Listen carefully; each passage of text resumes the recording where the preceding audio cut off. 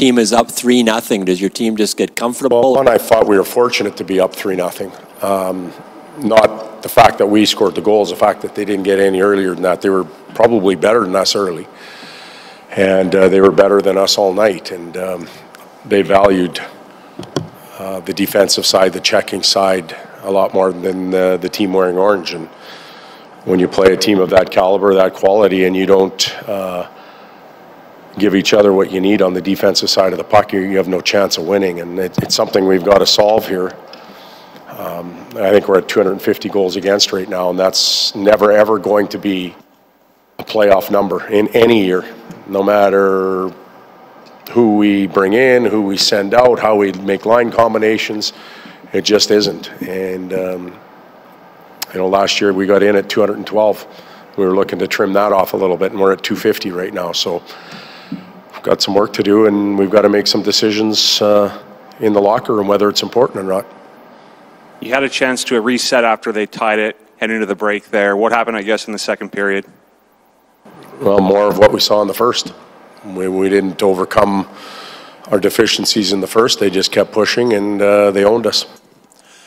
Todd, the last few games, maybe at 10, you'd been better defensively, and then obviously tonight it just falls apart again. Well, if you pinpoint what's been lacking from your group overall in the D zone this year, really from start to finish compared to last? Well, if we go the whole year, there's a lot of things that have gone right and wrong in the defensive zone. Different phases. It's been different positional players.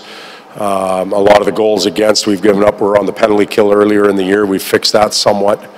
But tonight in particular, we just didn't want to work there. We didn't really want to do what we needed to do.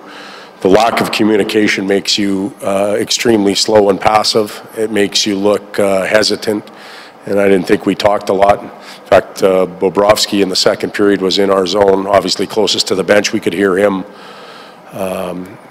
talking and communicating. And I'm not saying that about Talbs or LB. I'm saying about that about our group as a whole. It was just a real quiet night. And you can't defend that way. You have to be somebody's eyes. You have to be somebody's awareness and let them know what's going on, and we weren't that tonight.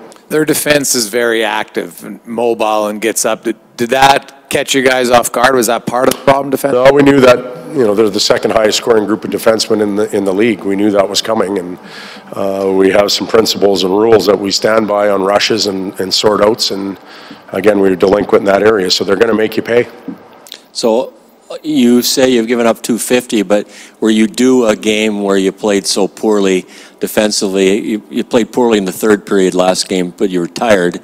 Were you just due one of these bad games? No, we're not. Ball for a month? I don't like that train of thought or that line of thinking, because last time I checked, we weren't in a position ever to give ourselves a night off or a casual night. We're not there.